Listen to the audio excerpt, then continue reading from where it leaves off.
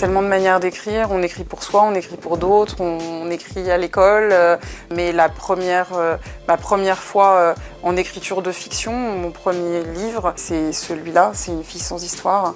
Et à partir du moment où j'ai commencé à l'écrire et à accepter la possibilité que l'imagination puisse envahir l'écriture, j'ai découvert une nouvelle manière d'écrire.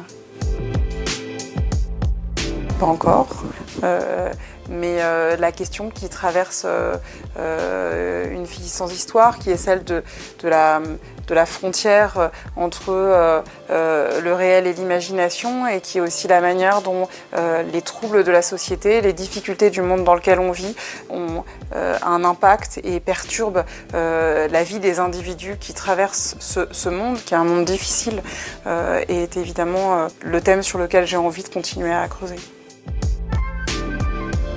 J'écris pas quand je sais pas ce que je vais écrire. J'évite la peur de la page blanche. Tant que c'est pas mûr complètement dans ma tête, je ne me mets pas devant un écran. Comme j'écris plutôt le matin très tôt ou le soir très tard, lampe de bureau. Clavier. Automne ou printemps, j'aime mieux les intersaisons. Traduire une réalité parce que je pars de ce que je vis, de ce que je vois, pour, par l'écriture, essayer d'aller travailler toutes les zones d'ombre et les zones d'ambiguïté.